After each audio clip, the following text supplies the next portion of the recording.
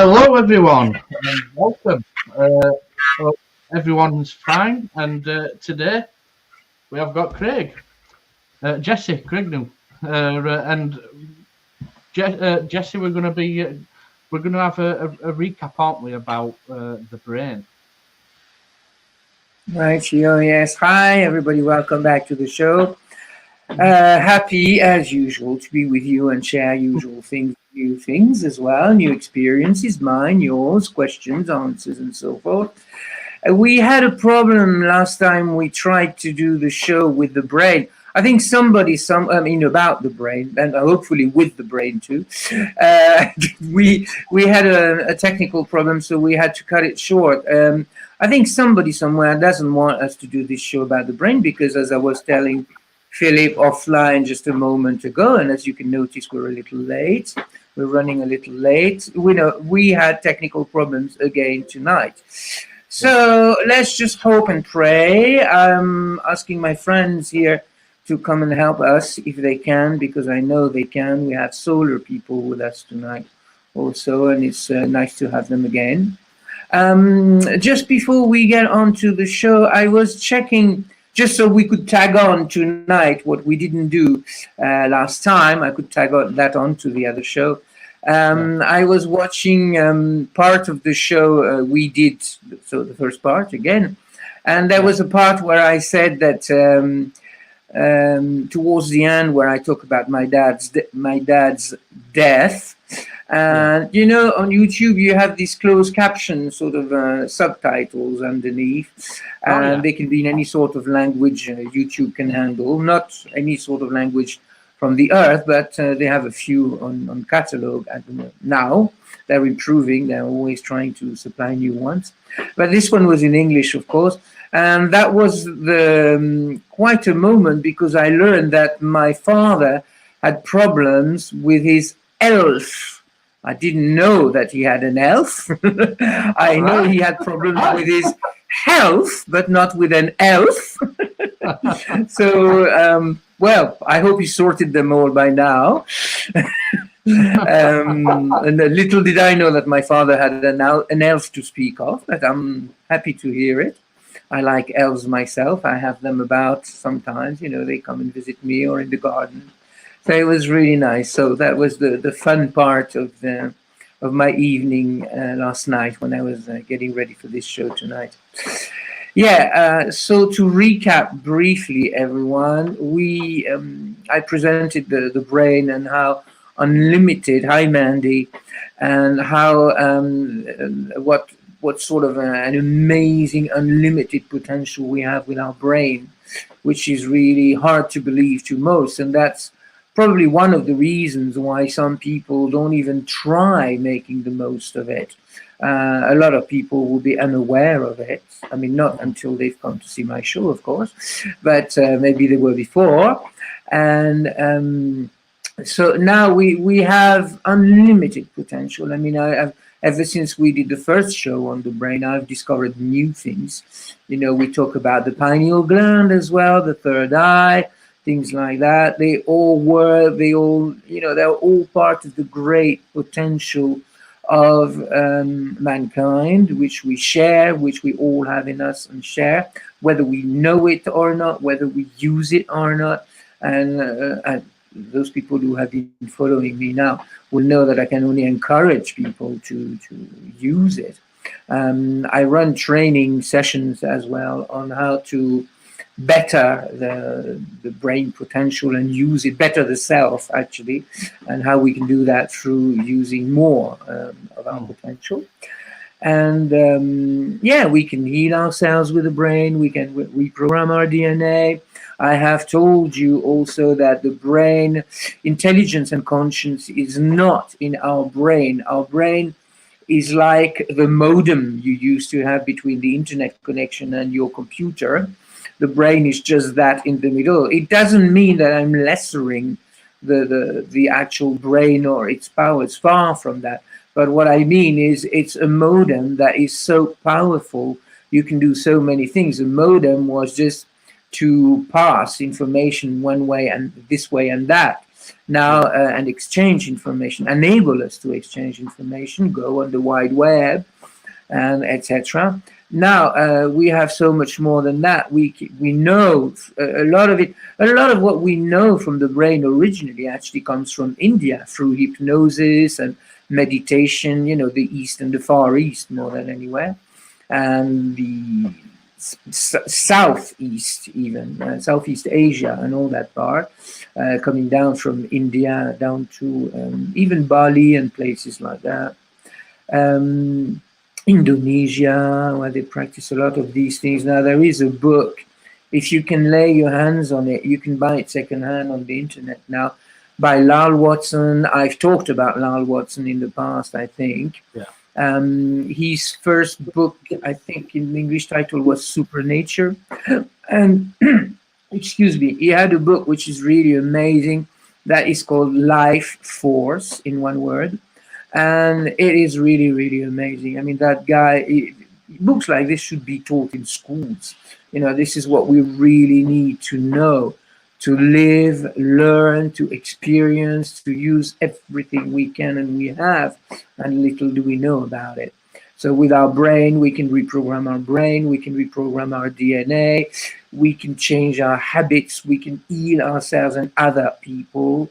We can use tools that will go with the brain, such as music therapy, as I've already said in past shows. And I'm helping, I have few more autistic people, autists who work with me now. I'm also working and getting to try and work more actually with people who have a bipolar disorder also, because I can help them with that. I'm going to do a show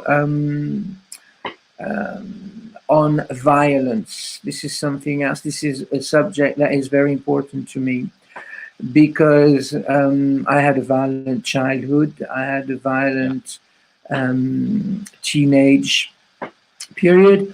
I've been in touch with a lot of people who have known violence and who have been abused in their life. My mother was extremely abusive and extremely violent. My ex-wife to be is the same kind of person. And I have solutions now. I'm now 61, so I've lived and learned, and I'm still learning. And I have learned a lot about psychology. I'm also a personal and professional coach. I can now help people who are in a situation of violence. So I'm going to develop that in the show. But what I can say as from now is I can help people who have been or who are victims of violence. And I can also help people who are actually assailants, people who abuse other people, who are violent with other people. We hear a lot of rap about how women can be beaten, abused by men, etc. But there are just as many men abused by women. And I'm talking about adults. Only we don't talk about it because the current trend at the moment worldwide is to talk about women, etc. I mean, don't get me wrong, I'm not against women or anything, but sadly we talk about, you know, equal opportunities, and the more we talk about equal opportunities, the more we talk about women. In fact, equal opportunities is about, to me, maybe I'm wrong, about men and women having equal opportunities, children and parents having equal opportunities, parents and grandparents having, I mean, the whole world having equal opportunities, whoever you may be, wherever you may be, or wherever you may be from, having equal opportunities. But we have a channel here, for example, in France, which is a Franco-German channel. I mean, all you hear about all the time is about women. I mean, we just do not exist anymore on that channel as men, which is gone completely the other way, you know, right to the other end of the scope. Actually, it's sometimes they have some good programs. I mean, even about women, they have good programs. But we're leaving half of the world's population out there. And I tend to try and set the record straight as best as I can do it anyway, being a man myself. And I feel we should communicate more, help each other more. And what I mean to do and what I'm doing through these violent workshops is I get to meet people who are either victims or people who are violent and help them out of that violence. There is too much violence in the world. We should have zero violence at all. We are all in this together. We should share and live together forever after. As from now on, there is no excuse for violence. I will develop that later on. There are explanations for violence, but there is no excuse. Violence must stop at any cost, at any rate, any time. It shouldn't even start. So this is what we are doing. And with the brain, I can also use the brain to do that because we use the potential. The brain is really flexible, which is one of these most accessible qualities. We can really adapt our brain, change our way of thought. As we say, 7 days to a new habit, for example, if you want to do something. Trouble is, most people won't last 7 days to begin with, which is sad. But I mean, hang on if you're in the process of doing something and you're still in your 7 days. I promise you it works. Some other people will tell you it's 21 days to a new habit. It works too. I mean, it may take longer for other people. Let's be honest here. We're not all exactly the same. We don't all have the exact same motivations and powers and time. Maybe you may be a mother with a lot of children, for example, in a big family. And I mean, one child is big enough sometimes to keep you amused most of the day around the clock. So, we all have to take it in our stride. So this is all about the brain. If you have experiences or questions about the brain and want to talk about it with us tonight, now is the time, because we really, really have so much. I've told you, I think, not sure, I haven't told you in this show. Does anyone have a brain asking for things? Okay, I'm going to come back to that in a moment, Mandy. Thanks for the question. We have so much potential, so many different parts of the brain, and so many parts of the brain which are, believe it or not, outside our own heads, but they are part of the galactic brain, as it were, but not only galactic, electric, ethereal, etc., etc. Can we, Philip, have Maddie's question again so I may answer her? Yeah. There are creatures. Yeah, Philip, go on, please. First of all, I think quite a few people said hello. So, hello to Sue. Hello to Drew Nicholas from the NTV. Iron Nigel, he's from North Pole. There's Sam Hawley. Hello. There's John in background, which has got man full, by the way. That's the reason why our John's not here. I hear Sue Cook, Mary, and Annette. So yeah, sorry, Jesse. I'm going to come back to what Mandy's. Does everyone have a brain? Asking for a friend these days. For some mysterious reason, before I get back to you, Mandy, I cannot see who's on tonight. I normally see, but I cannot see. So, Mandy, if I got your question right, you're asking, does everybody have a brain? Well, this is a question I regularly ask myself. I hope I have one. What I can tell you is that some animals, like jellyfish, don't have a brain. They don't have a nervous system, but they've been around for almost 500 million years, so they're doing well on it, which leaves a lot of scope for all those people out there who do not have a brain and still survive on it. So maybe they're jellyfish, in the making. Or something like that. I don't know. Remains. There is two anecdotes about the brain. There is a creature. It's like a kind of fungi, actually, which grows in the undergrowth, under the earth as well, in forests mostly. It's called the blob. No, don't laugh. It is really called the blob. I was like that film either. Yeah, this is the scientific name for it. And it's really, really amazing. I mean, it's under really close scrutiny by many, many people and scientists around the world because they are trying to work out how it works. They know that it is intelligent and yet it has no brain. Now, there is another thing, and I think I'm going to work out some kind of a show sooner or later. Later than sooner, actually, because I've got a lot of shows lined up already. But about octopi. Now, Yeah. octopi have 8 brains. In fact, in each of their tentacle, they have a brain. And the beauty of it is these brains are independent and they also operate together as one. This is really amazing. Now, is that being alien on Earth or not? I'm asking you. I think it is. We just don't understand. Octopi are extremely intelligent animals. They are also, they can live out of water. They live most of their life in water, but they can live well out of water. I've probably said this in past shows, but I know I have actually met 4 different races of alien octopi. I call them dry octopi because they don't live in water, they live in air, but they are octopi in their shape. It was, as usual, it was a very interesting and very beautiful meeting. I hope I have answered you, Mandy. If not, ask again. Any more questions, anybody? I'm actually gobsmacked about each tentacle's got a brain and they work together. That's crazy. Why is nature This is, creature? yeah, Philip, to me, this is completely alien for many reasons. This is the only one creature we know, or at least I know, on Earth that actually is superior to humans in many ways.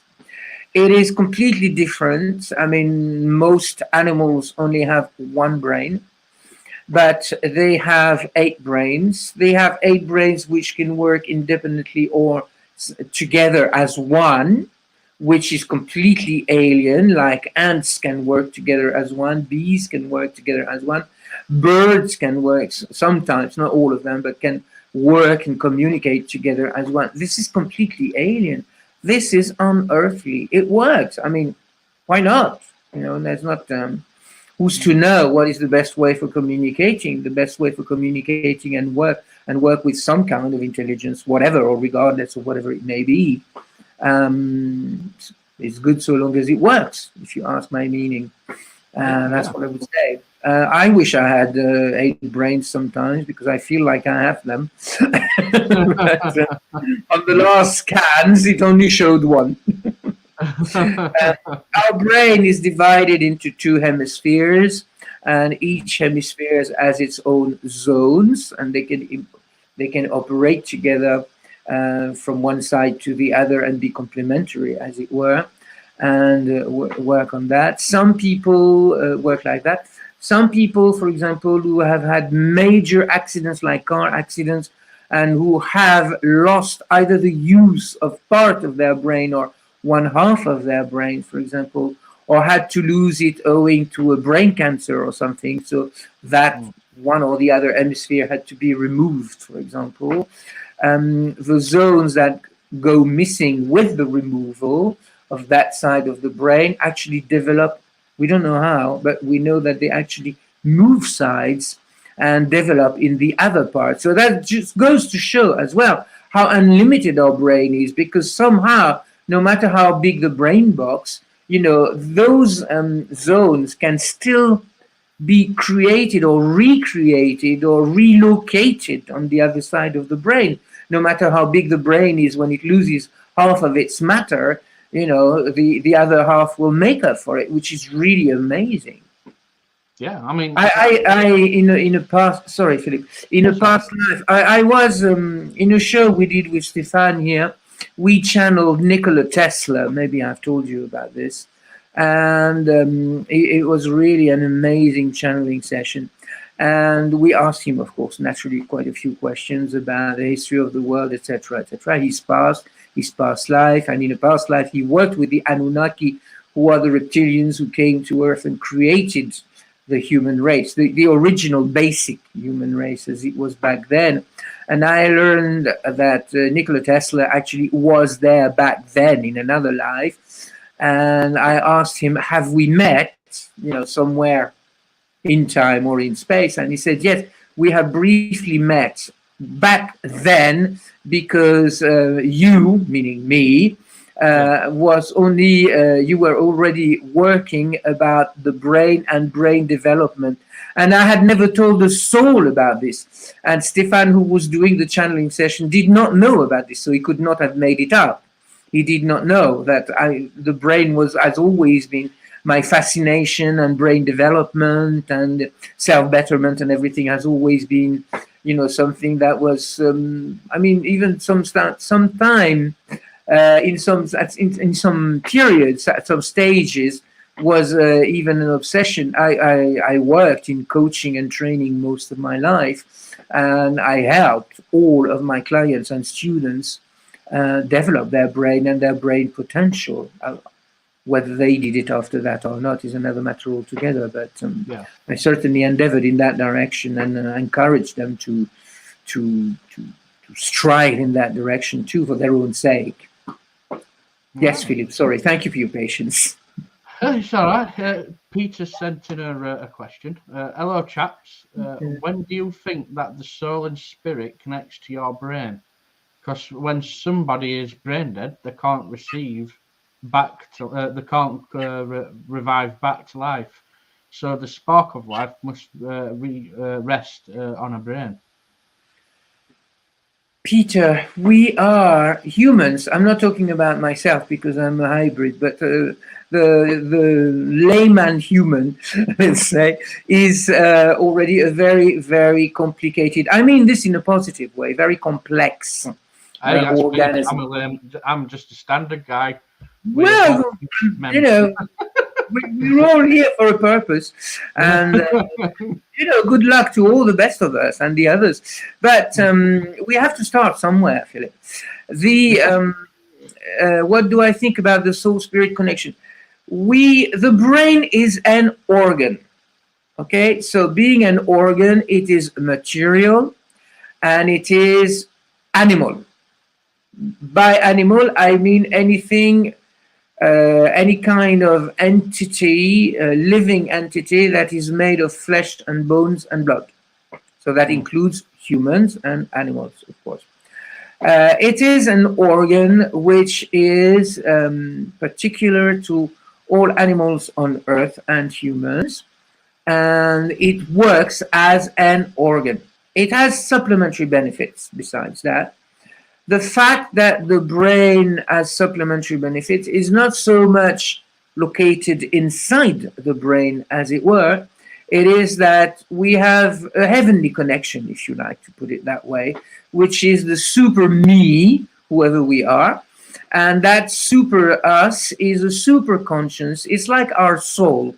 We are spirits experiencing a material life, with a view to, from this living and learning on Earth, for example, whoever we may be, whenever, wherever we may be, we are here for a reason, and that reason is we have to evolve through an earthly experience.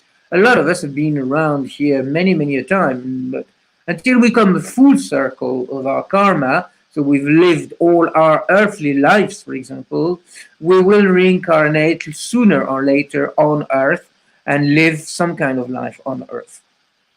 This is where we connect. Now, how the soul creates the connection. Before we are born, our soul decides who we are going to be, how we are going to be, who we are going to meet or not meet, what we are going to do, and all the plan is laid before us until the day we die and beyond that. This is what makes the Jews say that, Orthodox Jews, for example, people who are really religious, they will tell you, we are here all according to God's plan and we only have to obey God's desires and wishes, follow the plan. This is their interpretation, their reading, if you like, of the whole big map.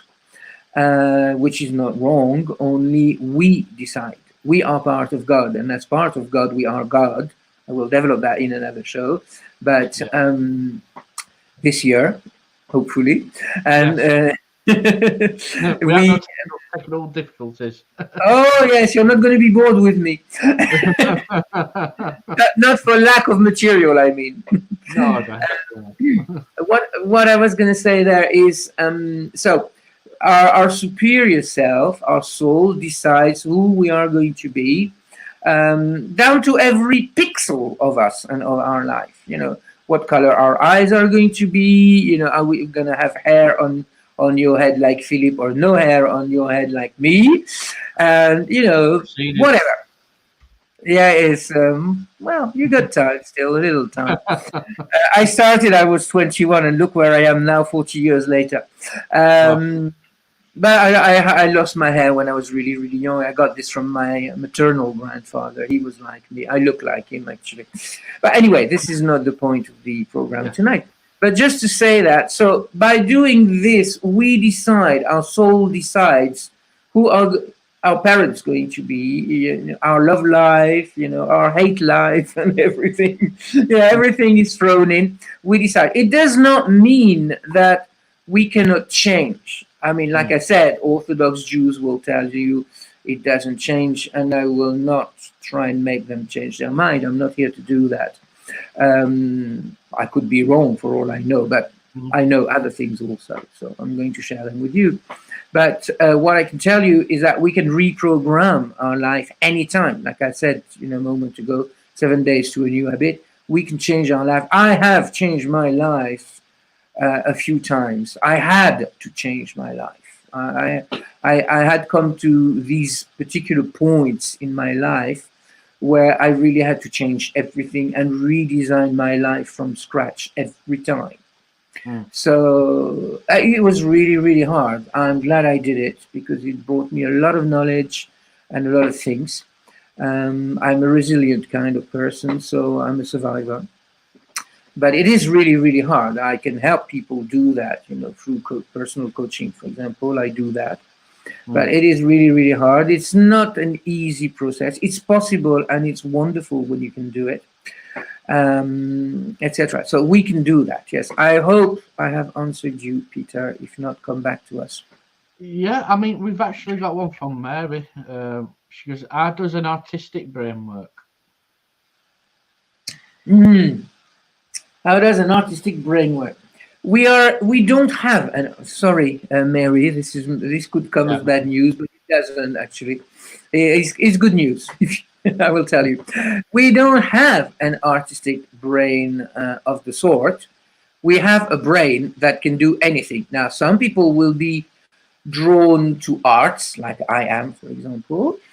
Other people will be drawn to more material aspects, like engineering, or computer programming, or whatever, or cooking, become a chef, all sorts of things. We develop different points of interest as per what we need to experience. I've had different jobs in my life. I was a hairdresser when I was young.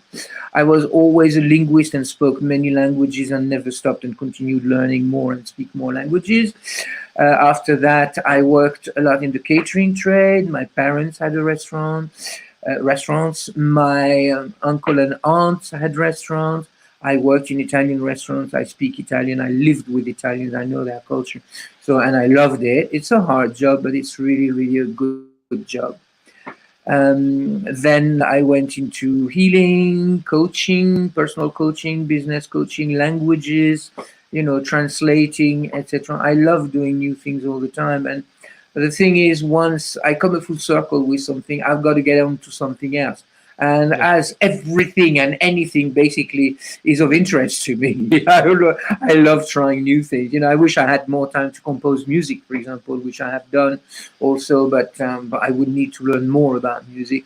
I would love to do paintings and other things. We can all do that. Now, what we know about the brain and the brain zones, to come back closer to Mary's question here, is that we have a right brain and a left brain. One is more logical, one is more artistic, one is more emotional, one is more technical, one is more specific, while the other hemisphere of the brain will be more global. We need to develop. We are trained and more trained in our educational systems, and now worldwide, because educational systems in the world, when I mean talking about schools, for example, and universities and etc., is basically based on the old Greek system, which funneled down to what we knew in France, in Germany, and in Britain, for example. And most of the universities and laws actually in the modern world have come from Western Europe, like France, Yeah. or Britain, as I said, mostly France and Britain, but not only, of course. Now, we know that people now need to develop their right brain. The right brain is the artistic brain. It's the more premonitional kind of brain, for example, to develop our intuition, mediumship, for example, anything that is psychic, anything that is ESP, for example, etc. Now, there are, I think it was Mary who asked the question. Huh? Yeah, it was There Mary. are, sorry? Yeah, it was Mary, yeah. Just to make sure.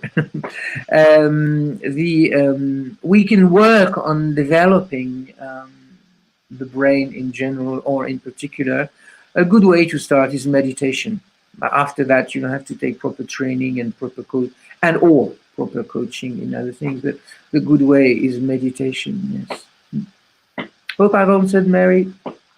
Yeah, I mean, to be honest with you, even myself, I kind of fascinated with brain. Also, I mean, what I like about it is, when you pray, they've actually noticed that there's a certain area of your brain that activates that doesn't normally.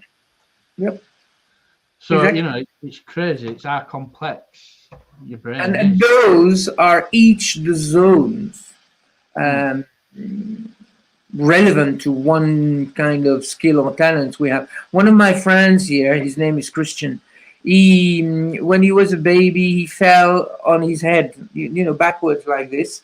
He fell on his head. I mean, he was not a baby; he was a toddler, but he was really very young, and he doesn't remember. Maybe it was in a game or something. All he remembers is that he fell on his brain, and doing that deprived him of the sense of smell and taste. Oh, So for all his life, he's 5 years older than me. For all his life, he could not smell or taste anything. He just eats because he knows he has to, and he feels hungry, but he doesn't know what he's eating. He knows from sight, but he doesn't know from taste or smell. And taste and smell go together. Anyway. All right. One thing that can... Yes, Philip. So we've got one there. Lucretia. Hi, Luki. I have one. You have one. One what, Lucretia? One brain, I hope. Is this flying octopi alien species actually the leviathans? Now, I have not met leviathans, but what I know about them is they are whales. At least the one we talk about in the Bible. They are whales. No, they are... just to come back to a brief description of them, they are actually octopi, as you may see them in the sea or on television or in pictures anywhere. Only they don't live in water. One of them, the first one I actually saw, was really, really pinkish red. And he was working on a computer aboard the ship at the time.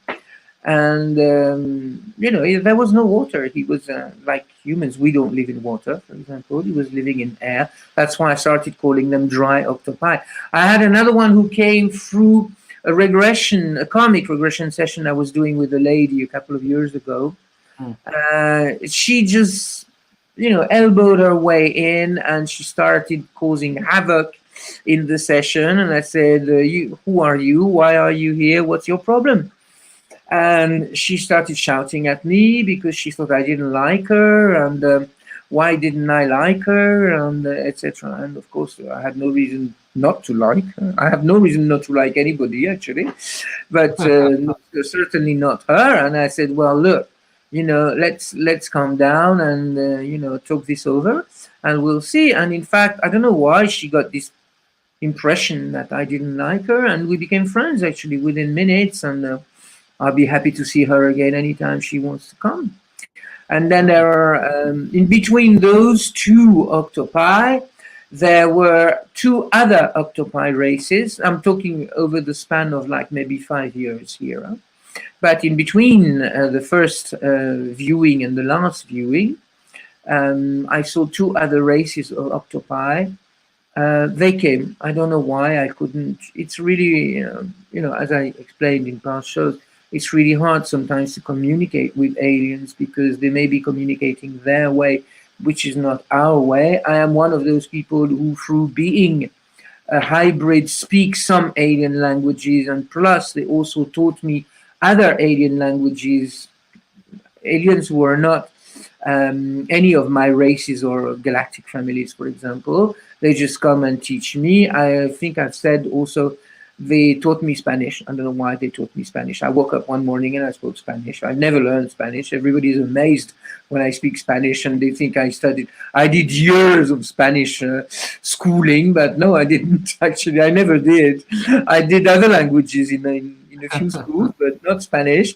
To be honest, I was not even attracted to anything Hispanic. I didn't want to go to Spain. I didn't really have Spanish friends or South American friends.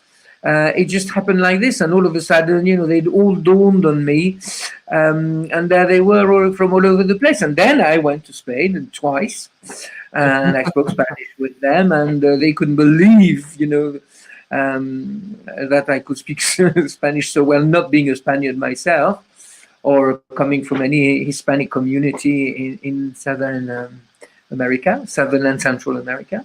And again, they all asked me, they said, oh my God, how many years did you study? Did you take Spanish at school? I said, I didn't. They said, no, but how many years? I said, I never did. I don't know. One day I woke up and I was with Spanish people and I realized I could understand them and I started answering back to them when they asked me questions in Spanish, and there I was. The next thing I knew, I spoke Spanish. And that was it. And I wish this happened to me for Greek because I would love to speak Greek. If anybody is listening out here and wants to download me the Greek language, I'm ready because I really love this language. And Arabic, for example, I would love to speak Arabic too. But no, this hasn't happened yet. I'm still hoping. Any other questions? I hope I have answered. Hi, Brian. Hi, Brian. Someone did actually say I had an NDE years ago and it changed everything. Charles, you need to tell us more about this. I'm really curious because I went into a coma about 10 years ago. It was June 2012. I don't remember that I went through an NDE as much as I would have liked to. But it didn't happen. But what did it change for you, Charles? Please tell us. I'm really always curious about this. Tell us more if you want to share this with us. Do we have anybody waiting meanwhile, Philip? Yeah, do females and males brain work differently? Yes. Yeah, they certainly do. Yes, sorry, I have a minor problem with my nose tonight. They work differently because they are trained differently, not because they are different, not because women's brains are smaller. It doesn't stop them from being as intelligent as men. We all have the same potential. I've said this and I will say this again and maybe die trying to convince people that we do. Only women's brains, I think if we go back a minimum into history here, women's brains have probably changed a lot in their operational mode in our European culture. I was watching on TV here, we had Pride and Prejudice on last night, and I've never read Jane Austen, so I wanted to see the film at least to see what it was like. Yeah. But we're back in the 19th century there, in rich people, so they had very, very strict standards of morals and behavior and culture, in which women had to behave differently. There is an author who is an Americano-Brit author. Her name is Tracy Chevalier. She lived in France for many years too and speaks French. Some of her books actually take place in France, even. She's an amazing lady. She's famous for writing The Girl with the Pearl Earring, which came out as a book, as an audio book, and as a film, which is very, very original. She always has very interesting books and stories. She really researches her material, and I've read a few of her books. I didn't enjoy them all, but that's another matter altogether. But she's always very original, very interesting, very thoroughly documented, and always interesting anyway, even at the worst of time, if I may say worst. But she's always on her best behavior anyway. Thanks, Tracy, if you ever listen to me. I've listened to you a few times. Yes, but I was joking there. It's our culture that makes our brain and the way we use our brain as humans more than anything.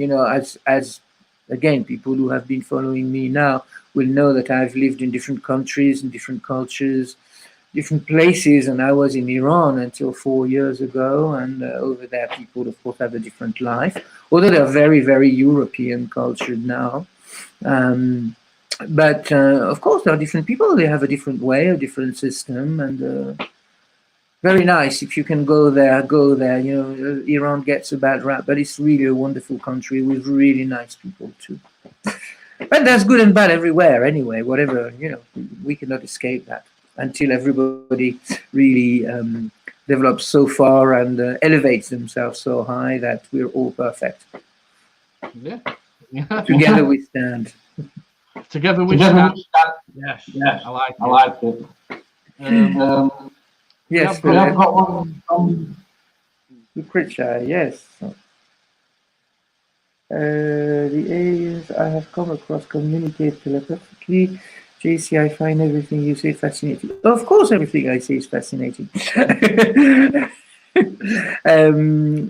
May I send you a friend request? Yeah, of course. If we have anything to share. I cannot take all friends' requests because, as you know, if it is on Facebook, for example, we are limited and more limited on Facebook and free speech. So I tend, to be honest, I don't want to refuse anybody as such, but I tend to accept friends on Facebook, for example, who are people who really need to work with me, for example, because that makes things easier, or people who really are either more than anything complementary, so we can really exchange and share things. Generally that's my idea. But yes, I will watch your profile, and if we can do anything together, doesn't mean we have to be in touch all the time. But I mean, if, for example, we can exchange a lot on aliens and things like that, yes, I'll be happy too. I've forgotten the question now. Can you put it back on, please, Philip? Which one? The last question. It was. Well, she said she actually have aliens. Yes. Yes. I wanted to come back to that. This is really, really important. A lot of aliens, and the higher aliens, certainly. And I mean, we're talking about billions of billions of billions of billions of billions of billions of billions of races here, okay? This is never ending, and new ones come up all the time. A lot of them communicate telepathically, exactly. Others will teach you their language or a way to communicate with them one way or the other, like as a few have done with me, for example, and my nephew. I've told you that already in past shows about my nephew in Tehran. Yes, they use many things. They use premonition, they use visual things. They may appear one way and not look, again, like my nephew in Tehran's alien, as I call him. They may appear one way and not necessarily look the way they appear. They may come to visit you, as I said again in a past show about the lost word of sleep, when they come work on us or work with us or have us work during our sleep. They may collect samples, for example, reproduction material like semen from men, for example, ovaries from women. The mantoids do that, but they're not the only ones. They usually send their workers, their lay workers, who are the greys. Now there are different kinds of greys, and they're not always grey. Actually, they can come in different colors and sizes. So you may have seen them as well. Yeah, a lot of them communicate telepathically, but there is just as I say, as I like to say, the sky is not the limit because there are just so many of them and in so many forms and coming and traveling in so many different ways. We're still learning. There are people.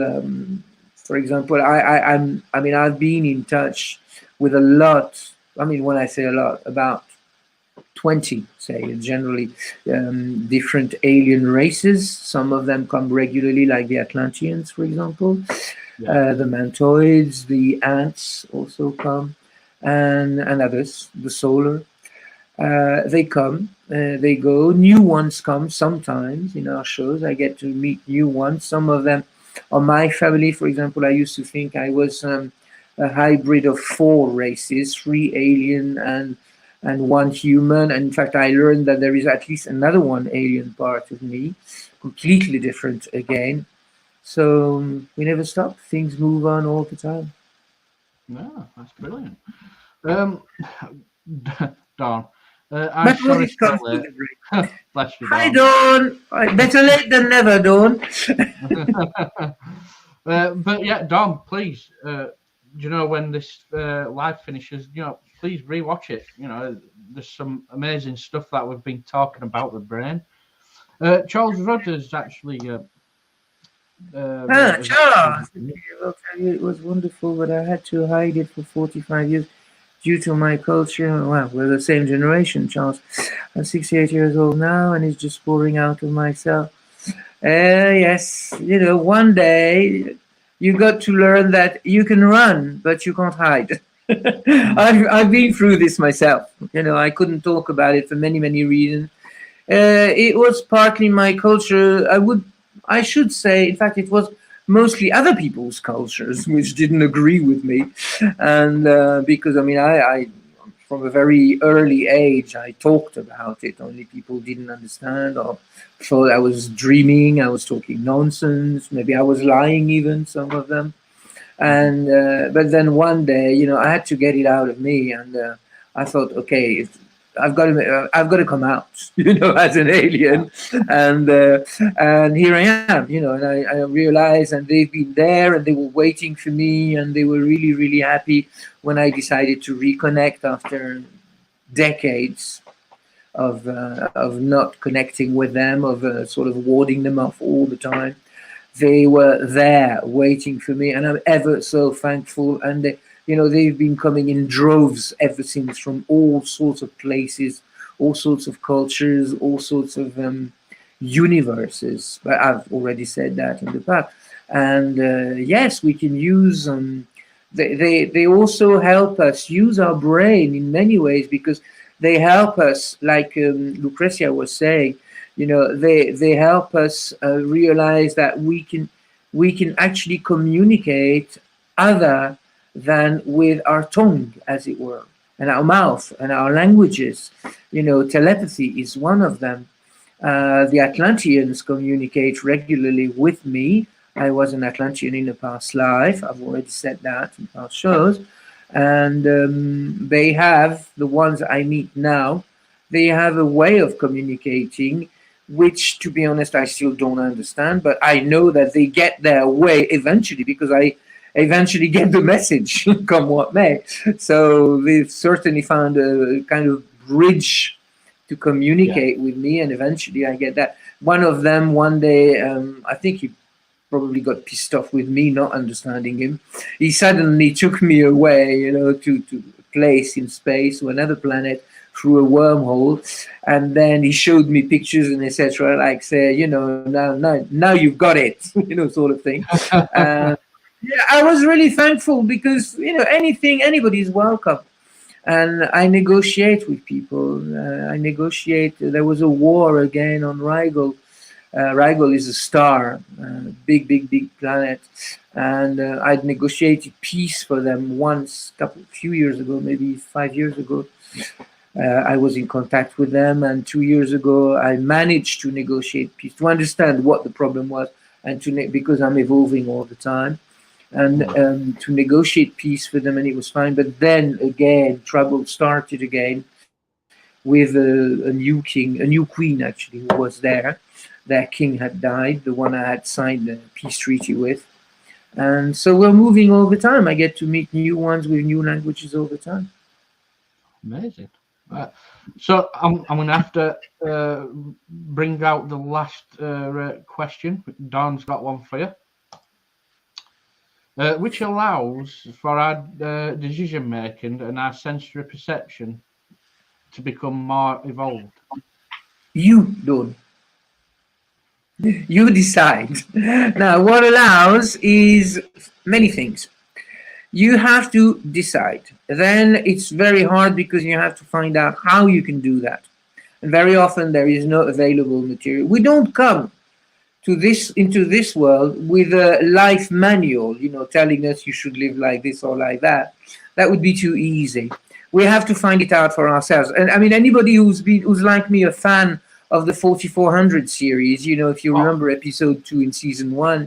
Yeah, I know yeah. you are, Philip. Episode 2, season 1, they start realizing that they have powers, only they don't know what those powers are. And actually, the first one who discovered actually gets Mm, killed because he mm, doesn't know what his power is or how to use it, and he makes a tragic mistake. But then, little by little, they discover, etc. We are all learners at the banquet of life. We have to decide we want to endeavor in that way, and then the more we work, the more we get help from what some people may call guides. We don't really have guides as such, but there are beings around us that come and go. They're not the same all our life or through our life. And they come and go and help us, and we can pray them. We should thank them also, be grateful to them for what they do for us. They also come to study us and help us in the process if they see we are working. They're not going to do the job for us. They're going to help us do a job if they can and if they so wish, because sometimes they just don't want to do it. They can be as stubborn as old mules, as old human mules. mm. But they are like that. But they take their time sometimes. Never give up, because nothing may come for years, and then suddenly, because maybe they realize that you've been working really hard and now you've reached that point at which or where you can move on, for example, or forward, and they come and help you. So never give up. Continue working, continue learning. If you can go to training sessions, for example, people who need meditation helps you, and a lot of other skills like that. Mm. Anything that goes in the line of self betterment or development, go for that, because that will help you. Brilliant. So I think she's got a follow-up one after that one. So what are your thoughts on alien beings being responsible for switching on your neocortex within our brains? What do I think of it? Mm. This is So part what's of your our thought? evolution. Now, in a nutshell, aliens created Earth and humans and everything that is on Earth. They are responsible for that, but also because our souls needed that. So they helped us evolve through that. Now, go back, Dawn, if you haven't seen it yet, and if you want to further this, go back into my first show about the brain. They sort of stapled on, the part of the brain which is here, the forefront of the head, which is the neocortex. And because they and we needed to extend our potential and the material we needed to work with. It's like acquiring new tools or downloading more apps onto your smartphone, for example. Yeah, And so now we've got it, we've got to flaunt it, and we've got to use it. that's it. Yeah, definitely. Because this is really the way forward for evolution, is really the neocortex. Not only, but it's one of the main points. Mm. Anything else?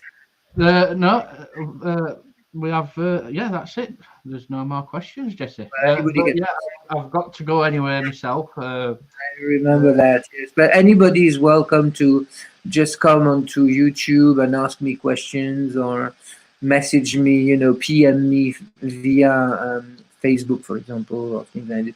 And I will be happy to answer if I can. Yeah, amazing. Thanks, Well, everyone, for being here tonight with us. Yeah, it's been an absolute pleasure. Thank you for being here, Jesse, again. And but there's definitely going to be another one. I hope on another subject. Yeah. See you to everyone who's been watching and who's going to watch. Yeah. So yeah, thank you, Jesse, and everyone. Thanks for being here. Thanks, everybody. Stay tuned for more. Philip, when you have a moment, we're gonna have to line up something for our next show. And keep in touch. Bye for now.